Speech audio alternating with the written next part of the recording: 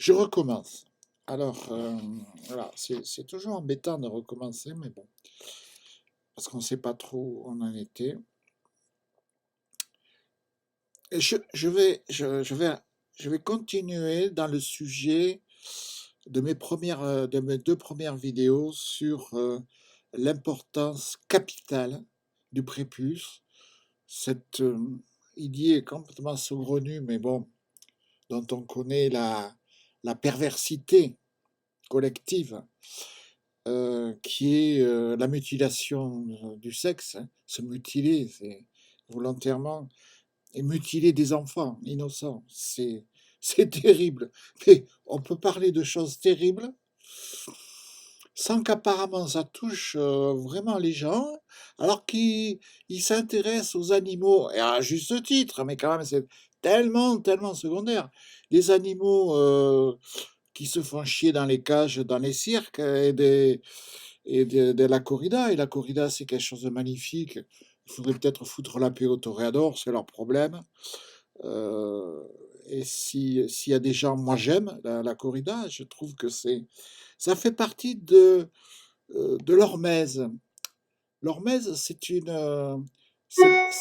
la théorie d'aller chercher au plus loin, à l'extrême, des choses même qui sont répulsives ou qui font peur, et comme le froid, de se doucher de froid, de se mettre dans un, dans un congélateur horizontal avec des glaçons, mais qui provoque un choc salutaire et important, mais salutaire, qui rebooste, qui vous fait repartir, qui vous stimule, qui vous aide à exister et qui, l'expérience le prouve, à la longue, fait que vous prenez de la personnalité, vous vous êtes dans l'existence, vous existez.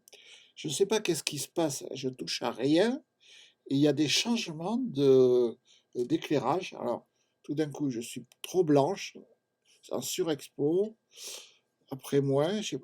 Alors, j'ai touché à rien, ça ne devrait pas trop changer. C'est pas merveilleux, mais j'ai investi dans du matériel et je vais petit à petit vous faire des vidéos de plus en plus intéressantes et agréables, vous allez voir. Et alors, je vous conseille, ça il faut que je le dise par honnêteté, il y a quelqu'un qui est formidable sur tous ces réseaux YouTube, c'est Thierry Casanova, qui m'a beaucoup inspiré, qui continue à m'inspirer, qui vous explique que vous êtes maître, libre et arbitre de votre vie, que, et de votre corps donc, et de votre santé, etc., de votre capital. Et comme je l'ai dit dans les 2 premières vidéos, de pas vous laisser avoir par, les charlatans, hein, les pauvres médecins. Je vais faire un livre qui va bien les égratigner, les médecins, le monde médical, qui est en gros une grosse escroquerie. 80% des médicaments ne servent à rien, c'est même du poison. De toute façon, ils créent des effets secondaires qui enchaînent, voilà. Et puis, enfin, le rapport avec les médecins et le monde médical, il est horrible, mais il est, il est, il est surévalué. Parce que quand vous êtes pas bien, etc., vous êtes bien content d'être entouré, d'avoir autour de vous des gens qui vous aident. Et puis on a cette gentillesse en nous que dès qu'on voit le médecin, ça y est, on se sent mieux parce qu'on se sent protégé. C'est via instinct. euh, c'est des vieux instincts. Ça date de.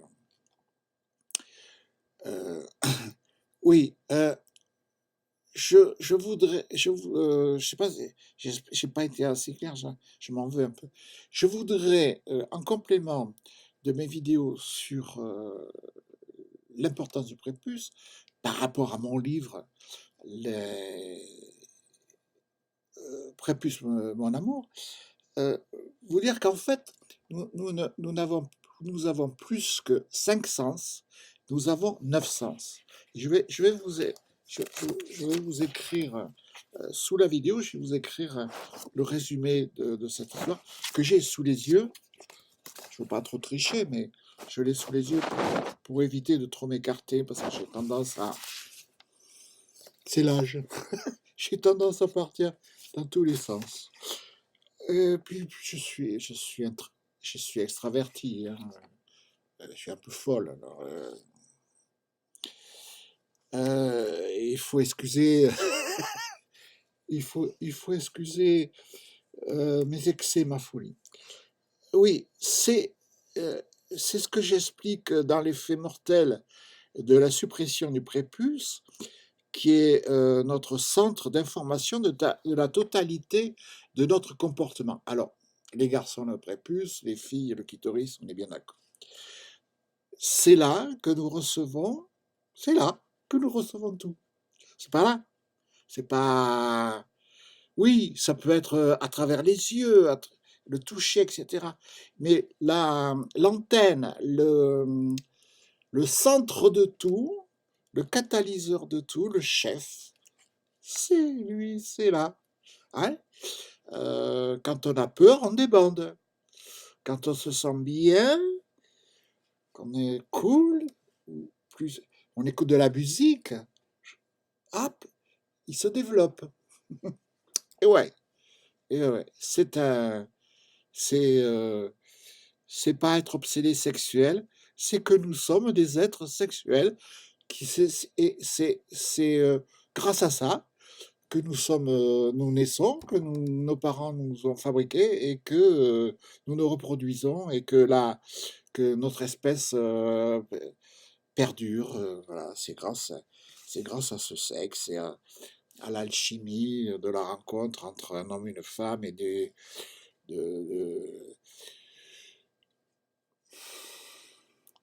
du développement du spermatozoïde, etc., etc. Donc, de détruire le prépuce, c'est comme si aujourd'hui, dans votre installation Wi-Fi avec votre box, etc., vous coupez la Wi-Fi. Vous coupez le prépuce, vous débranchez la Wi-Fi. Hein, c'est pour ceux qui n'ont pas grand-chose comme repère référence, hein, mais qui s'intéressent obligatoirement parce qu'ils sont nés avec à la technologie. Eh ben, si vous coupez le sexe, vous coupez la Wi-Fi. Je ne voudrais pas dire que vous coupez l'électricité, le courant, mais vous coupez la Wi-Fi. Alors, c'est curieux parce que les couleurs ont encore changé, se sont encore modifiées. L'être humain ne possède pas 5 sens, mais 9. Les 5, c'est la vue, le toucher, le goût, l'ouïe, l'odorat. Et bien voilà, Aristote est un minimaliste, il s'est arrêté à 5. En fait, nous avons 9 sens.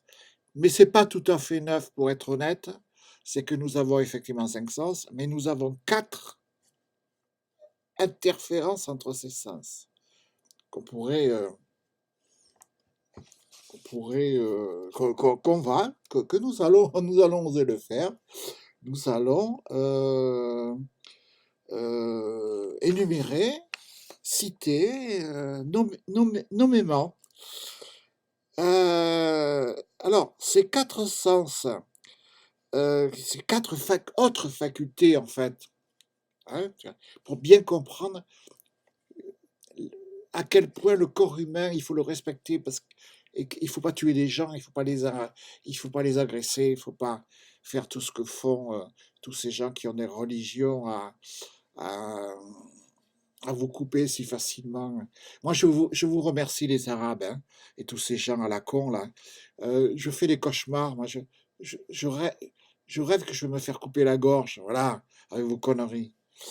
Là, alors, les 4 facultés dites internes, la la proprioception, l'équilibroception, la thermoception et la nociception. Alors, c'est facile à comprendre, la proprioception, c'est l'instinct de propriété, l'équilibration, le sens de l'équilibre, comment ça se fait que nous tenons debout, alors que notre centre de gravité, il est au-dessus des genoux, que normalement, sans le sens de l'équilibre, vous mettez par rapport à notre poids, à notre forme, et le peu d'assise des pieds, on ne tient pas debout, on tombe. Voilà. Un objet, il tombe. Et nous avons cette capacité extraordinaire, aérienne, éthérée, à rester debout, et même, on peut le remarquer chez certaines femmes, chez certains hommes, mais surtout chez les femmes qui soignent leur apparence et qui font des défilés de mode, etc. Cette façon de marcher aérienne magnifique. Voilà. On est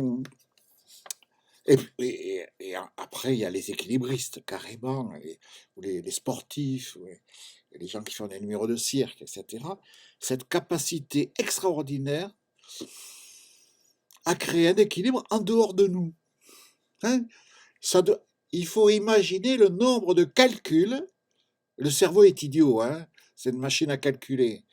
Et c'est tout le reste qui lui demande de faire des calculs, et lui, il est bête, il fait les calculs. Mais là, ça donne une idée.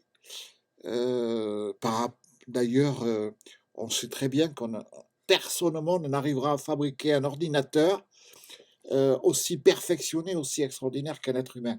Respectez-les, respectez-vous, respectez les autres, respectez la nature humaine, respectez l'individu. C'est quelque chose d'extraordinaire. Ah, 100 fois plus puissant que le plus puissant des ordinateurs qu'on pourrait imaginer. L'équilibre et la thermoception, bien sûr, c'est la température, c'est notre température interne et externe. Et sans arrêt, nous sommes en train d'écrire, comme nous sommes des êtres évolués qui se sont adaptés au climat, etc. Et nous savons nous habiller, pas nous habiller, etc. Et essayer de se protéger du froid, et avec une tendance qu'on a exagérée à un moment donné à trop s'habiller, trop se protéger. Et la nociception, qu'on verra en dernier. Mais à quoi servent ces sens méconnus?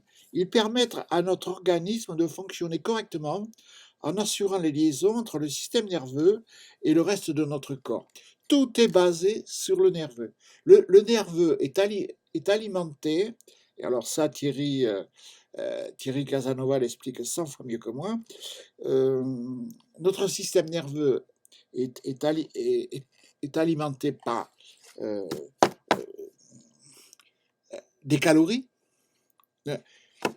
Nous absorbons des calories par la nourriture, mais pas que la nourriture, aussi et ça c'est important, par le bon rapport avec les autres et le bon rapport avec la nature. C'est-à-dire que si nous croisons bien de façon satisfaisante une vie agréable avec les autres, c'est-à-dire sans tricher, sans mentir, sans voler, en étant honnête, en étant agréable, en recevant des choses agréables, etc. Puis aussi en se nourrissant de belle musique. Et la musique, c'est sensuel, ça fait du bien, etc., etc. Les artistes sont là pour vous nourrir de bonnes choses, de ne pas manger des cochonneries préfabriquées, les céréales qui sont faites pour nourrir les animaux, ou le lait qui est fait pour nourrir le veau. Enfin, il y a des choses à éviter. Ce serait avec plaisir, mais je ne peux Oui, ni envoyer ni recevoir de paiement depuis cet appareil. oui, oui, oui. Merci, merci. C'est le problème aujourd'hui quand on a Alexa ou quand on a Siri. Et il se déclenche. La, la nourriture elle n'est pas, il y a dans la religion que je honnie, mais dans la religion, il y a des paraboles comme le sang du Christ, l'hostie, enfin, il y a une nourriture qui serait une nourriture céleste, venue d'ailleurs, etc. Mais c'est, c'est en fait, il y a du vrai. C'est, ça existe. Non, c'est un besoin. Nous avons besoin de cette nourriture. euh, s- euh, je cherche le mot de ce que l'on doit trouver normalement dans la religion, mais qu'on ne trouve jamais. La, l'extase, comment la spiritualité. Nous avons besoin de nourriture spirituelle. C'est, c'est- et cette nourriture spirituelle, on la trouve dans l'amour des animaux, de la nature, des plantes, etc. Mais surtout dans l'amour des autres, qui commence par l'amour de soi-même, bien entendu. On ne peut pas demander aux autres de vous aimer si même s'ils perdent leur temps avec vous que vous aimez même pas. C'est de la même façon, ne perdez pas du temps à essayer d'aimer quelqu'un qui s'aime pas, parce que la route va être longue. Enfin, de toute façon, c'est impossible. Euh, la, la première chose, oui, c'est d'être dans un monde où les gens s'aiment eux-mêmes déjà, hein. Alors, on va vous dire, oui, c'est de l'égoïsme et tout ça, mais c'est du bon égoïsme. Dans dans tous les qualificatifs, il y a du bon et du mauvais. Et il y a un juste milieu. Et l'exagération des choses, en général, c'est pas bon, mais il faut pas avoir peur des mots. L'égoïsme, oui, c'est l'égoïsme. C'est c'est se servir. Si la maman qui est enceinte n'a pas l'égoïsme de préserver sa vie avant de préserver celle du fœtus, et souvent ce qu'elle ne fait pas, le fœtus va se sentir mal à un moment donné. Elle ne pourra pas aller jusqu'au bout de sa grossesse. Il faut que la maman commence par s'aimer elle pour bien alimenter et aussi sur l'autre plan alimentaire ésotérique, de l'amour, euh, de- que son amour pour elle transcende son enfant, qu'il ressente cet amour qui est protecteur, qui est rassurant, voilà. Et ah, où j'en suis-je? Parce que je m'égare très vite, très long, alors je voulais faire court. Euh, oui, il y a pas que manger par la bouche, il y a tout notre corps, notre environnement, notre biosphère, notre bulle, dans la bulle laquelle nous sommes, où nous entretenons des microbes, des bons et des mauvais, etc. Une lutte totale, il ne faut pas démolir tout ça. C'est c'est vital pour rester en vie et en bonne santé. Euh, la récompense, euh, les calories, la nourriture de tout ce que nous recevons se transforme en, euh, en, euh, en, euh, en, en hormones. Un truc qui plaît pas du tout aux médecins, qui fait que le monde médical est si nul, c'est qu'il a peur de deux choses, alors que c'est les plus importantes du monde pour la santé et notre bien-être, c'est notre sexualité et notre production hormonale. Alors, non seulement ils y connaissent rien, et là on va voir vraiment que le monde médical, il est complètement à la rue, bien sûr, il est complètement phagocyté par les laboratoires qui veulent gagner du fric, parce que tout ce que je vous raconte, hein, c'est gratuit, ça coûte rien, ça rapporte rien au laboratoire. La, notre nourriture, c'est les hormones. Et nous n'avons pas besoin d'acheter de la drogue hein, de la cocaïne ou de l'héroïne à je sais pas combien, des prix fous au gramme. C'est l'arnaque, c'est coupé, recoupé, c'est n'importe quoi, on sait pas, on sait même plus si c'est de l'héro si c'est encore de la s'il y a du pavot dedans, si c'est encore de la cocaïne. Hem et les hormones sont une drogue et nous fabriquons nous-mêmes notre propre drogue et quand nous avons l'intelligence, de savoir bien gérer sa vie, de d'épanouir vraiment notre vie, notre mode de vie, nous arrivons jusqu'à l'euphorie. C'est-à-dire on se lève le matin, on est ça peut paraître, un peu, absurde, mais on est heureux, bien heureux et on va se coucher le soir et on est content parce qu'on sent qu'on a envie de se reposer, mais que demain ça va être encore une belle journée. Voilà, mais ça, il y a pas beaucoup de gens qui le vivent, hein, ça. Moi, je l'ai vécu un temps quand j'étais à Bordeaux. Avec toutes les agressions que j'ai subies, on m'a tout bousillé, merci, les agresseurs, je vous dis pas de quelle origine ils sont pas chinois, hein. Ils m'ont complètement détruit, j'ai pris des kilos, j'ai pris 40 kilos, je suis enlaidi, enfin bon, ils m'ont bousillé, ils m'ont niqué la gueule, la la le terrorisme en France, c'est pas que de poser des bombes, dans les églises, hein, c'est de terroriser le peuple français pour le rendre malade.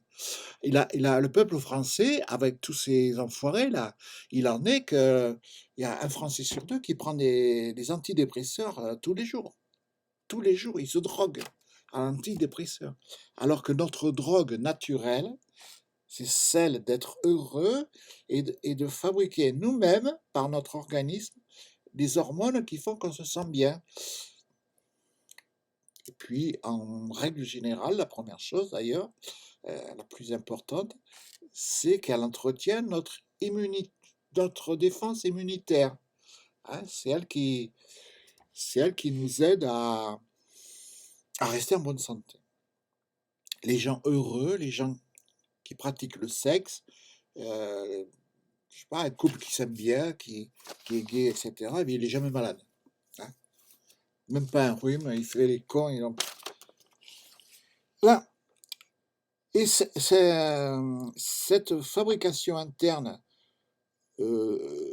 d'hormones et c'est un lubrifiant à la fois et c'est un booster, de notre installation nerveuse, donc in fine neurologique, hein. Si on veut être bien équilibré dans sa tête, on a intérêt à avoir un bon équilibre, biologique. Alors, la proprio je sais pas, j'ai pas fait gaffe de bien mettre mes trucs dans l'ordre et je juste, je vais perdre un peu de temps, vous m'excusez, seulement que je serai plus prudente à l'avenir. Non, ça doit être ça. Alors, la proprioception, c'est, hein, il y a propriété, hein. J'ai pas fait de latin, mais on sent les racines, latines. Correspond à la capacité de savoir où se situent nos propres membres. On l'appelle également sens kinesthétique ou sens musculaire. Ce sens nous permet par exemple de savoir comment ouvrir une porte instinctivement. Il correspond à l'apprentissage de la préhension, hein, de tenir, de manipuler, pour être un bon artisan, un bon menuisier, un bon boucher, un bon charcutier, tous les métiers manuels. Il faut développer ce sens de l'appréhension qui est beaucoup plus fin et beaucoup plus complexe et plus évolué que peuvent le croire des gens qui se contentent de travailler dans les bureaux. C'est c'est c'est merveilleux tous ces métiers artisanaux. Rien qu'à toucher, il sent le bois. Quel est le bois? Il sent vivre le bois. Quel est, quel est ce bois? De quel arbre? S'il est sec, pas sec, s'il va être facile à raboter, à quel endroit il y a des nœuds, etc. Avec tout un automatisme. Et voilà, ça fait partie de l'appréhension. Au bout des doigts, nous avons une partie ici fine, très sensible, dont on reparlera par rapport à la température. Et permet d'avoir les bons réflexes pour les bonnes positions et les bonnes initiatives. Voilà, on finit par, quand on apprend un métier, on finit par d'instinct, très rapidement. Oui, quand on compare un apprenti et quelqu'un qui maîtrise son métier, ben, l'apprenti, il va mettre 1 heure à faire un truc, l'autre en 2 minutes, c'est fait, et c'est fait impeccable. C'est quand c'est qu'il est pas, il a passé la période difficultueuse de l'apprentissage. Voilà. Hein, cette capacité que nous avons en nous, c'est celle de l'apprentissage, d'apprendre. Et appréhension et apprendre. Voilà, on peut faire euh, un amalgame des deux. Cette capacité est directement liée à l'apprentissage, ce qui fait peur et rebute les puceaux et tout coincé du sexe, qui rejette le sexe. Voilà. C'est vrai que on fait pas l'amour bien la première fois. Il faut aussi, ça s'apprend, il y a une période d'apprentissage. La première fois, si c'est sincère, s'il y a une vraie attirance, c'est quand même super, super génial. Et puis apprendre, on va vite apprendre. Mais dans l'inné et dans l'acquis, il n'y a pas, il y a, il y a un besoin d'apprentissage. Euh, oui, il y a l'inné, mais pour arriver à l'acquis, il faut passer par cette période d'apprentissage. Et voilà, parce que, à force de se servir de ses mains, de sa bille, de tout ce que vous voulez, des pieds, hein, il ne faut pas oublier les pieds quand on fait l'amour, c'est important. Il y a toutes les parties du corps, elles ont besoin d'être aimées pour se sentir bien. Si on veut éviter des cancers, il faut éviter qu'il y ait une partie de notre corps qui soit oubliée, qui se sente orpheline, oubliée et qui fasse la gueule. Parce que cette partie du corps qui est, qui est délaissée, elle va déclencher un cancer. Une petite crise. Voilà, on ne s'occupe pas de moi, ben, je vais vous foutre le bordel. Et et si vous avez une mauvaise vie avec des gens, que vous n'êtes pas honnête, que vous vous comportez mal, c'est, c'est aussi là que ce cancer il se développe. Voilà.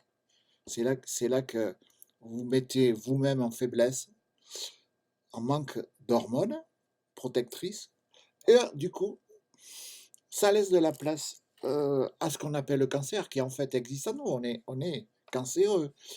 Mais il ne faut pas se laisser envahir. Hein, il faudrait presque entretenir, chouchouter notre cancer pour qu'il nous foute la paix. Reste tranquille, mon chéri. Et voilà, c'est là le rejet de l'apprentissage. C'est en tout pour tout pareil, mais là où ça m'intéresse le plus, moi, c'est par rapport à la sexualité. C'est-à-dire que si on refuse ou on fait mal, ou on a peur, ou on a reçu par la religion, là, euh, comme les religions qui vous culpabilisent surtout le sexe, il ne faut pas faire ci, il ne faut pas faire là, et qui fait qu'à 20 ans ou plus, ils sont toujours plus sots, ils ont toujours peur, ils ne savent pas comment. Et ils deviennent de plus en plus cons, parce que plus vous laissez passer le temps, et plus vous dépérissez, moins vous avez cet apport d'hormones, hormonal, constructif, vous ne bâtissez pas, hein, et qui n'avance pas, recule. Et, là, et ça fait qu'à un moment donné, parce que les gens, ça se passe mal pour eux, qui ne trouvent pas de plaisir avec l'autre, ils voudraient interdire à l'autre d'avoir du plaisir ou de faire. Hein, moi, mon sexe, il se passe mal, je veux pas que les autres fassent du sexe. Et alors, on arrive à la censure, à interdire, à trouver que le porno, c'est dégueulasse. Enfin, le délire que nous avons à 80, 90%, je sais pas, mais 80%, allez, disons la loi du 80-20. Nous avons 80% de rejet du sexe en France, à notre époque, en 2020. Nous avons une femme sur deux qui n'a jamais de plaisir, qui n'a non seulement pas de plaisir à avoir des rapports sexuels, mais même pas d'orgasme. Qui est- C'est c'est inimaginable. Et quand j'en parle avec certaines femmes ou certains spécialistes, ils me disent que c'est certainement même plus catastrophique que ça. Il y a plus que 50% des femmes qui n'ont jamais eu d'orgasme et aucun plaisir. Alors, oui, et alors quand ce qui détruit une communauté, une société, c'est que quand ça se passe mal, l'apprentissage, on critique et on finit par le sexe, on va dire: «Ouais, ouais, c'est pas bien, c'est sale». Et ça serait comme dire quelqu'un qui a voulu apprendre la menuiserie, puis qui a un gland qui s'est pas vraiment intéressé, il a pas fait d'efforts, parce qu'il faut faire des efforts. L'apprentissage, c'est quelque chose, c'est une épreuve. Il faut il faut se donner à fond, et il faut pas s'économiser, enfin, il faut se il faut se remuer le cul un peu et se faire mal et supporter et faire des heures, et cetera, chercher à comprendre. Ça vient pas tout seul. Et alors après on va dire: «Oui, mais la menuiserie, c'est de la connerie, c'est pas bien, quoi». Oui, mais c'est pas parce que c'est le problème des mauvais outils et des mauvais ouvriers, c'est pas l'outil qui est mauvais, c'est l'ouvrier. Le crétin refuse de faire l'effort de l'apprentissage, qui par contre comporte un mauvais revers comme celui de l'ancrage cérébral des publicités, des religions qui transforment les slogans en apprentissage. Alors, je m'explique. Hem, l'apprentissage, dans la mesure où c'est pour acquérir un savoir-faire, un savoir-faire même génial. À un moment donné, vous allez faire des meubles, vous allez faire des belles choses, ouais. Vous allez émerveiller votre femme parce que vous, vous allez devenir bricoleur, vous allez savoir arranger les choses. Pas besoin de faire appel à, un décorateur ou je sais pas, enfin, vous savez vous débrouiller par vous-même. Et on dit, ah, mon mari, il a des mains, il a des doigts de fée. Euh, parce que vous avez acquis un savoir. Voilà. Et ça, c'est d'une beauté et d'une richesse extraordinaire. Ça peut aller jusqu'à faire de la marqueterie, faire des choses magnifiques, hein. Euh, et le danger par rapport à cette capacité de l'individu à l'apprentissage, c'est que de la même façon, on peut, par la publicité, lui bourrer le crâne, ou par la religion, lui, bourr- lui, lui inculquer des idées. Et il va faire l'apprentissage de la publicité comme on va faire l'apprentissage.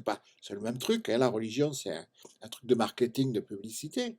À force qu'on lui répète des trucs et machin, qu'on lui fasse du cinéma, il va intégrer ça dans sa capacité d'apprentissage.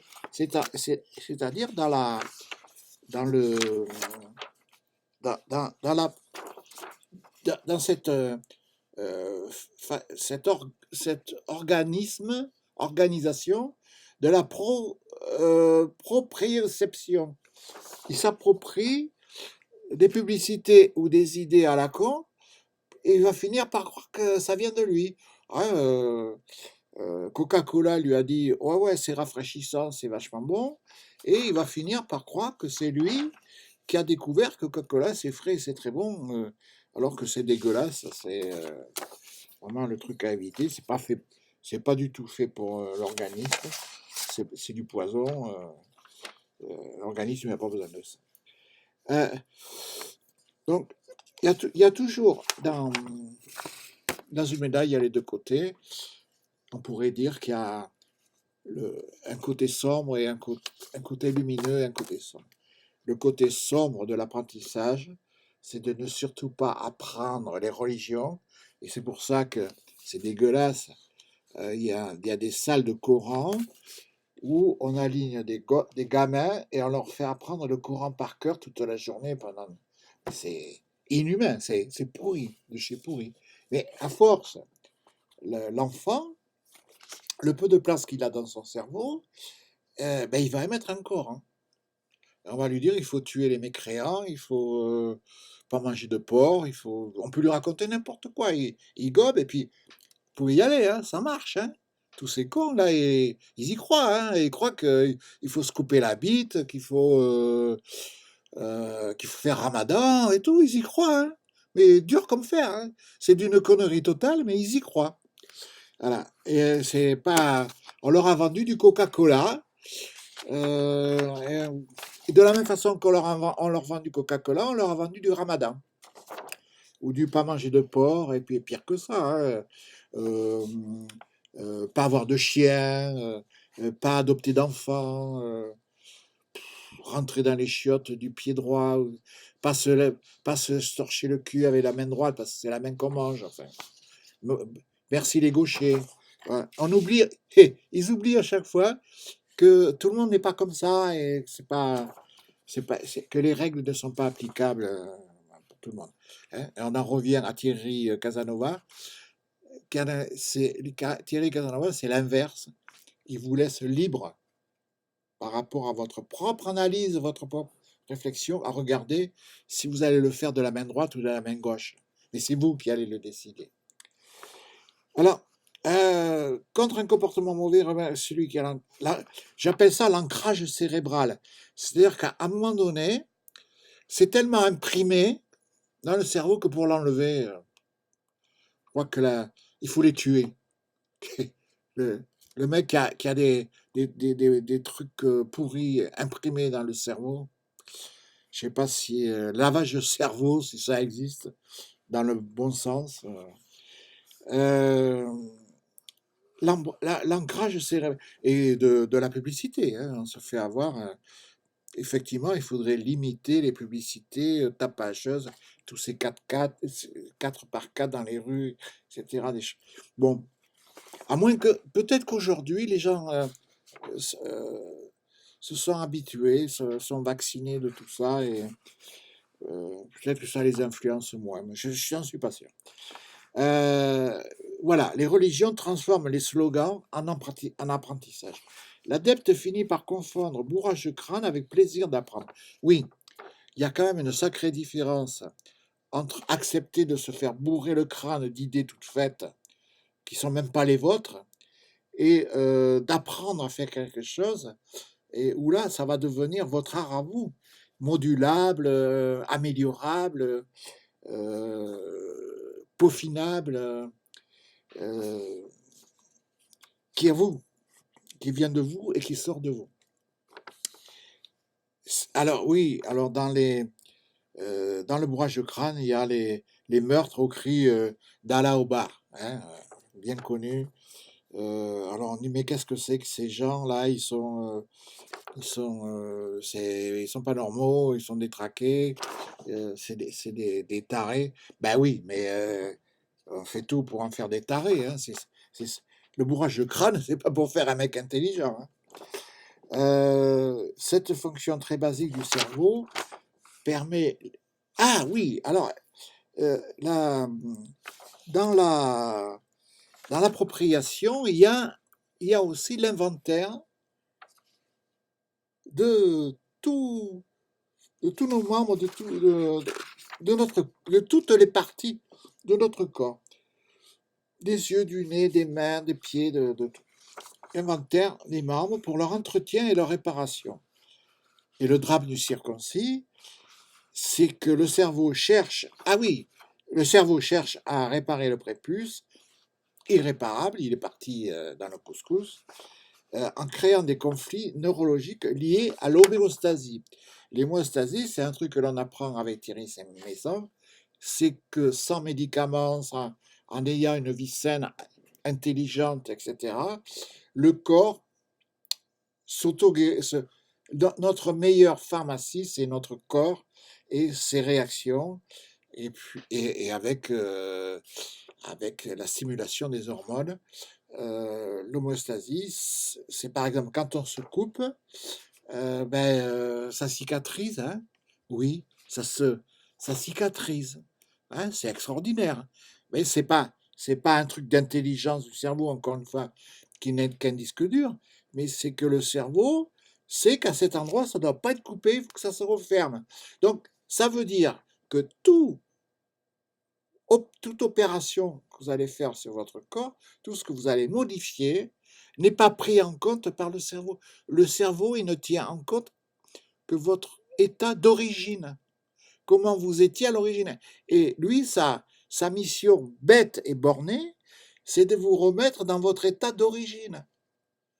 Et quand vous avez enlevé le prépuce, ou que vous avez une main en moins ou quoi, lui, il veut vous la remettre. Elle existe toujours, la main. On appelle ça la main fantôme. Et le prépuce, donc, il est prépuce fantôme. Ce que j'explique dans mon livre, c'est un petit peu long à expliquer. Enfin, non. Disons que c'est plus facile à lire dans mon livre, les explications, que là, comme ça, oral. Mais acheter Prépuce, mon amour, bien entendu, c'est autre chose qu'une simple vidéo. Et puis, comme je le dis dans ma vidéo d'avant, de lire un livre, c'est vachement plus enrichissant que de seulement que de se laisser distraire par une vidéo. Donc, l'homéostasie, qui est un réflexe naturel, hygiénique de notre corps, le cerveau, il dit, mais il n'y a plus de prépuce. Non, non, le cerveau, il dit, le prépuce est abîmé. Ouais, toute sa vie du circoncis, et je suis circoncis, dans toute sa vie, le cerveau est en alerte, ding, ding, ding, ding, comme quand vous montez dans votre voiture et que vous n'avez pas fermé la ceinture de sécurité. Eh bien, ça fait gling, gling, gling tout le temps dans votre cerveau. Il y a le prépuce qui ne va pas, le clignotant est là. Et l'homéostasie veut le réparer, puisque c'est ce qui nous protège de la mort. Si nous n'avons pas un service de réparation 24 heures sur 24, et peut-être plus pendant qu'on dort, quand on se repose, nous ne pouvons pas rester en vie, parce que nous allons, tout va pourrir, on meurt. C'est le début de la mort. Et l'homéostasie, c'est une fameuse énergie qui est en place en permanence pour nous maintenir en vie et nous auto-réparer, auto-nettoyer, enfin, tout ce qu'il faut pour qu'on aille bien.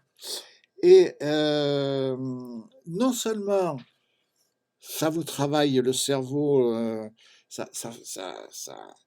trouble sur le plan neurologique cette absence, ce dilemme, mais en plus, oui, enfin, je me répète un peu, mais en plus, ça, ça, ça veut se réparer. Et la réparation ne se fait pas, et c'est une souffrance que nous ne pouvons pas évaluer, nous ne l'évaluerons pas maintenant, mais ça crée un problème. Hein. L'homéostasie, c'est comme tout. L'homéostasie, qui est quelque chose qui nous aide énormément à ne pas mourir, à rester en bon état, et peut devenir aussi, quand on la contrarie et qu'on dérègle, devient aussi un petit peu notre ennemi, parce que ça nous ça crée des problèmes, ça crée des angoisses. Ouais. Et il faut lire mon livre pour voir jusqu'où ça peut aller, toutes ces angoisses de ne pas avoir de prépuce. Là, le conflit neurologique lié à l'homéostasie qui, par exemple, cicatrise la peau après une coupure. Par rapport à ce réflexe très, très animal du cerveau, il faut éviter toute opération. Voilà, je l'ai déjà dit. Euh, su- Mes copines, j'ai fait un livre là-dessus d'ailleurs, euh, qui s'appelle de confidence pour mes histoires de transformation, mes confidences de transsexuel, où j'explique, j'en ai fait 3 livres là-dessus, où où j'explique qu'il faut pas il faut pas se faire couper la bite, que la vaginoplastie c'est une connerie totale, parce que homéostasie, le cerveau lui, il veut il croit qu'on a la fille qui s'est fait couper, le cerveau il croit qu'elle a toujours une queue. Et vous imaginez le dilemme entre j'ai pas de queue, j'ai un trou qui n'est pas une chatte. Comment, comment ces filles, elles peuvent faire croire, imaginer, comment ces chirurgiens peuvent vendre une escroquerie pareille qu'elle va avoir une chatte. Elle n'a pas de chatte. Elle a un trou qui ne correspond qu'à qu'au pénis, qui a été, dont la peau a été retournée à l'intérieur. Et c'est une catastrophe au niveau dégâts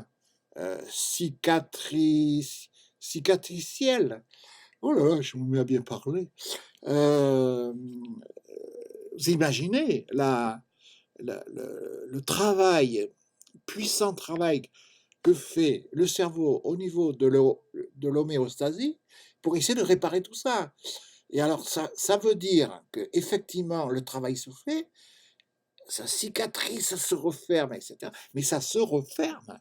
Et là, donc les filles sont obligées de se mettre régulièrement une bite et gonfler pour réécarter, parce que si une fille reste trop longtemps sans utiliser son vagin et sans travailler, ça se referme. L'homéostasie. L'homéostasie n'accepte pas que nous trahissions la nature. La nature, ma chérie, elle t'a fait avec une bite, eh ben, il va falloir l'accepter.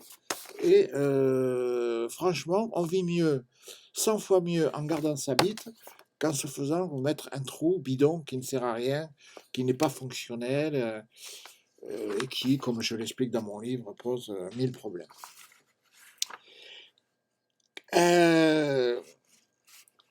Le cerveau est idiot, mais il ne faut pas le prendre pour un idiot. C'est un peu tiré par les cheveux, mais le cerveau, à la naissance, on lui a donné une mission, et lui, il est con comme un balai, il remplit sa mission. Homéostasie, inventaire de tout ça, on ne touche à rien, on ne transforme rien. C'est un gardien bête et méchant, hein, il garde. Alors, pour lui baiser la gueule, c'est un peu difficile, parce que c'est se baiser la gueule à soi-même. Et si on avait la puissance d'auto